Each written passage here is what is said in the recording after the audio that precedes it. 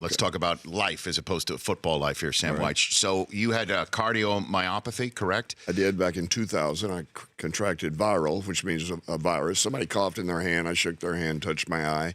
Only about 5% of the population susceptible to that. I'm one of the 5%. Lucky me. And I survived it, though, for about 16 years, which is much longer than the average. So you knew at one point, when you were told that you need a new heart? I was in the backyard cutting down with a chainsaw some limbs after a hailstorm, freak hailstorm in South Carolina, and I got a little vertigo, a little dizzy, and I said, here's what a coach thinks.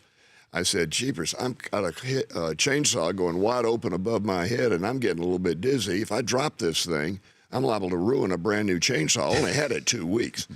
So I went inside, and my wife said, something's wrong with you. What's going on? Which shocked me because it was the first time she ever noticed I even came inside.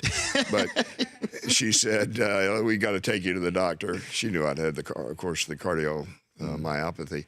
And the doctors took me to the Carolinas Medical Center in Charlotte to the Sanger Heart and Vascular Institute. They immediately diagnosed it, said, you've got a very dying heart. You've only got a little time left if we don't get a new heart. And that new heart came in on the last day that I was supposed to be alive. In fact, I'd already been scheduled to go home with hospice taking care of me, quote, for as long as it took, or for as long as it's necessary was the words they used.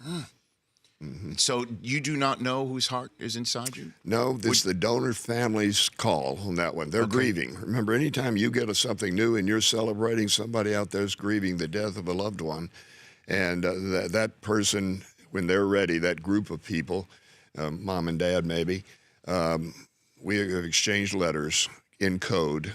I'm a number, they're a number. I don't know where they are. I don't know what this person did. I don't know if it was a male or a female. I don't know if it was a black or a white or some other nationality.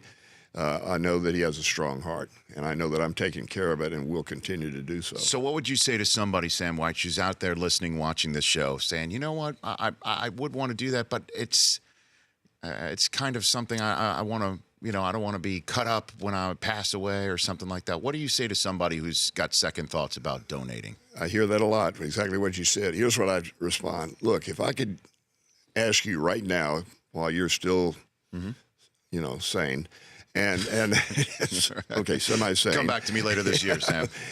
While you're sitting right here, you could save 7 or 8 lives. And if you could save 75, or not save, but enhance the lives of 75 more people, and it wouldn't cost you a dime, and it wouldn't hurt because you will have already passed away, would you have an objection to doing that? I don't think many people would say, I don't want to do it after that. You are giving the gift of life. You're leaving what could be the greatest gift you could leave mankind, and that's to help somebody else. I would not be sitting here talking to you if this one person, it was my last chance. I was down to minutes before this heart got in me, before I was going to die. Everything else was shutting down, and they were waiting for me to go ahead and let go of the gurney. I was holding on with a will to live more than anything else. And it's as simple as, there's not even a website, right? I mean, or there could be, or there is, but there is one. Just registerme.org. Registerme.org. The Rich Eisen Show, weekdays at noon Eastern on Audience.